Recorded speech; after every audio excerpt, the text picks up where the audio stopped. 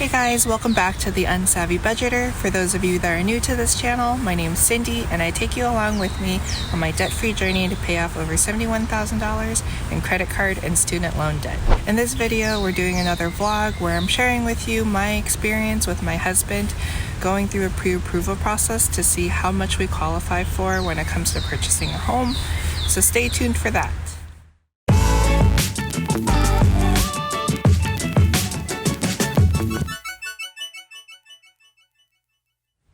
So I'm still out here in Georgia, and as you can see, I'm outside as a little puffball trying to stay warm, and I just really wanted to take this time to share with you guys a lot of what we went through last week with the pre-approval process. We decided to go through with the pre-approval because we have no idea what we qualify for. I'm really a planner, and even though we're not looking to buy a home right now, we do want to see if we're potentially ready to buy something at the end of this year. We don't really know what the economy is going to be like, especially after this pandemic is over.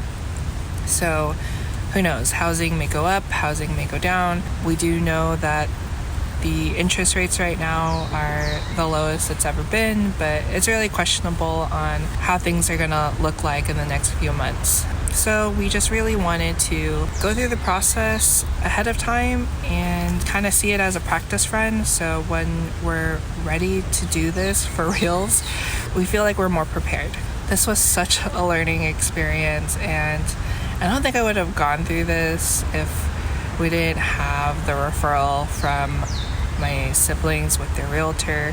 He was able to get us in touch with somebody that could help us and walk us through the process of a pre-approval. It was really eye-opening.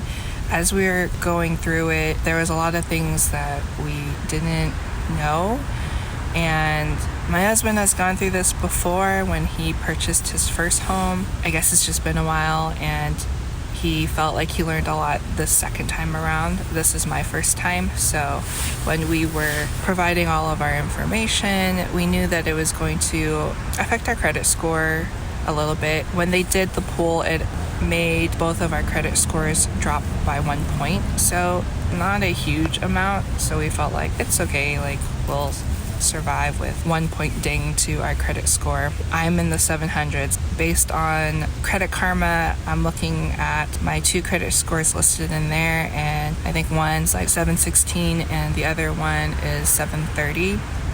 And I've been making really good progress, as you guys have known through my other videos, talking about how much debt I have paid off. But because I'm doing an avalanche method, even if you did the snowball method, I have a few credit cards that are over 30% of my available credit limit on my credit cards. So that's kind of hurting me a little bit, but I have seen that my score has gone up quite significantly from paying off my credit card 1 and 2. So that has really helped. But when I'm looking at my Credit Karma report, it's telling me that I'm still hurting from high credit utilization on my cards. That's also what I had heard when going through this pre-approval process. Basically, the woman that helped us out, she pulls 3 of our credit scores through 3 different resources, and she told us that when it comes to the pre-approval process, she will take the middle score. So I got pulled 3 scores, and one was really low. I think it was like 706, and I had one at around 716 and the one that I said at 730. And my husband also had 3 credit scores pulled, and his credit score is really good. He's in the 800s, which is almost a nearly perfect credit score, and he's been able to hit that since he's paid off all of his debt associated with his credit cards. So I felt like I was kind of hurting him, or hurting both of us in our pre-approval process when it came to how much we qualify for.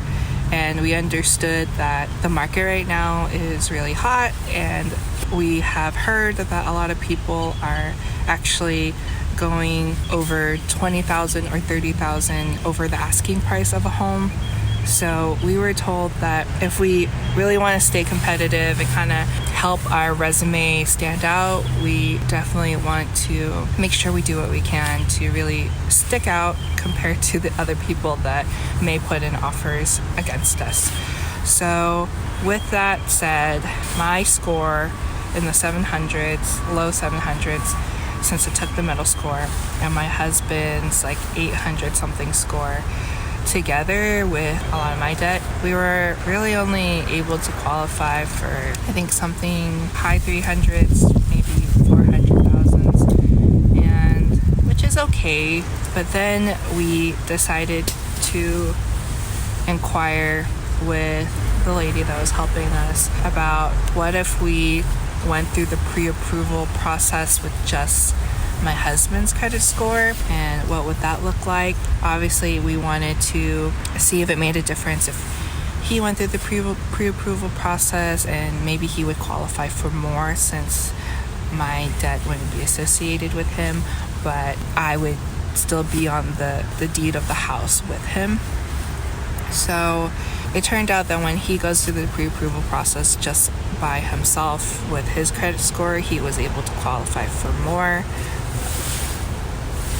Sorry, it was a squirrel.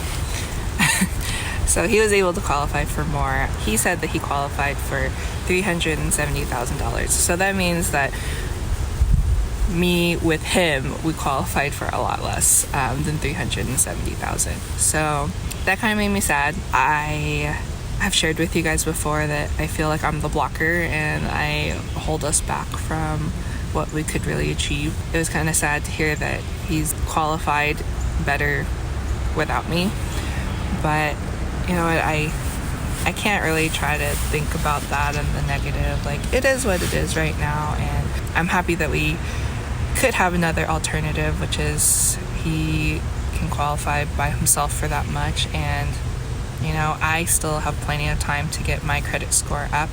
So I've been thinking a lot about, do I continue with this avalanche method that I've been following, or do I try to get my remaining 4 credit cards down to under 30% utilization to try to bring my credit score up?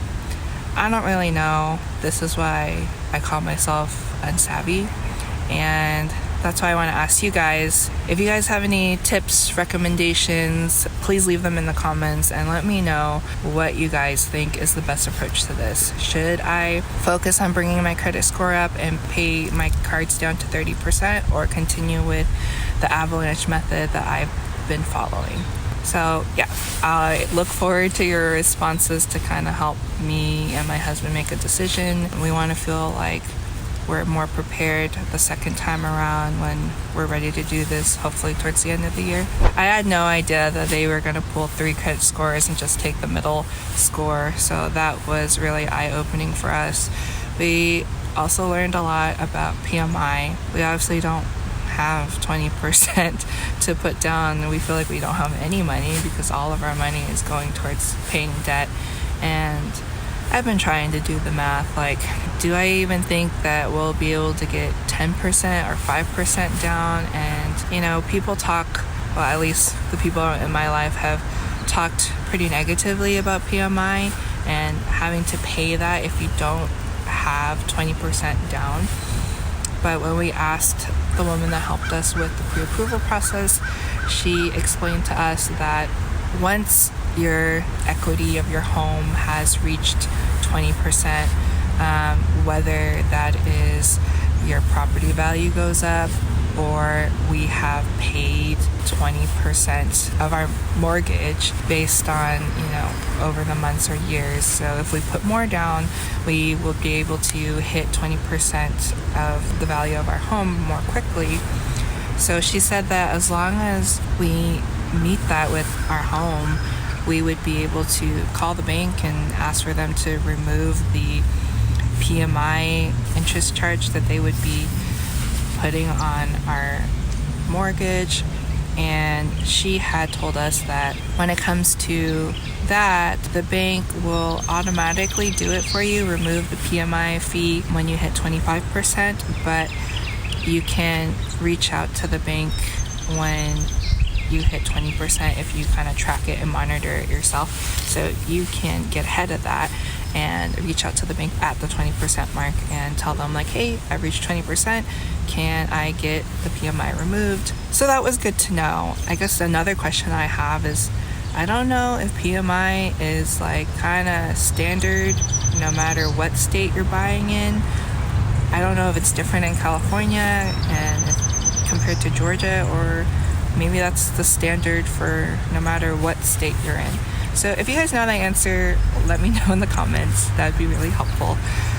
Going through this process was also very emotionally draining because I am going through the experience of potentially being a first-time home buyer. I've never gone through the buying process of a home. My husband has. The home that we live in now is a home that my husband has purchased on his own previously before I was in the picture. So we had learned that we have quite a lot of differences when it comes to looking for a home. We both want different things, and I don't essentially think that we're looking for different things in our dream home. I just feel like as we've gone through this debt-free journey, I have reevaluated my priorities, and so even though I'm excited to go through the home buying process with my husband and potentially like finding a better home than what we have now, I don't want to purchase, a expensive home that is fully renovated and move-in ready necessarily. That would be at a higher price point. Going through this debt-free journey and learning as much as I have by following other influencers, I really am looking forward to house hacking and looking at getting another rental property, turning that next home that we buy into our next rental property for that to be our passive income. So we plan on making our current home a rental property. I thought we'd like to make the second home a rental property. So I wanted to buy something a lot more affordable. I don't really want to break even in my mortgage. With my mortgage I'm paying now, I want to pay less than what we're paying for mortgage currently. My husband, he has shared with me that he admits that he kind of has mixed feelings because this is his second home. He kind of can't help but want that dream home, the one that he's always envisioned, and it's his American dream, and it's my American dream too. I just feel like I am willing to wait for it a little bit longer and be more patient and put in the work now so that we can enjoy an early retirement and enjoy our lives later. So I don't know, that has been kind of hard for us. We did realize we're kind of on different pages when it comes to buying a home.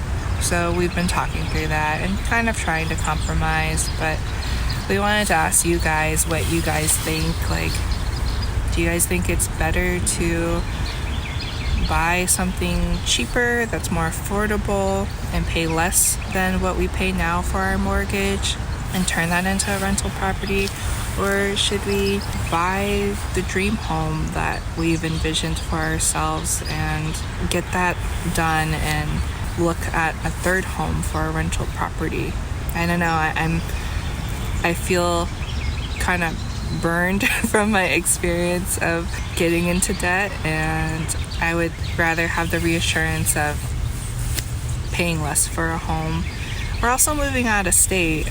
We're looking at moving out of state. So even though I visited Georgia so many times, there is that what if or the unknown. Like, is Georgia going to be our forever home? And is this going to work out as we have hoped?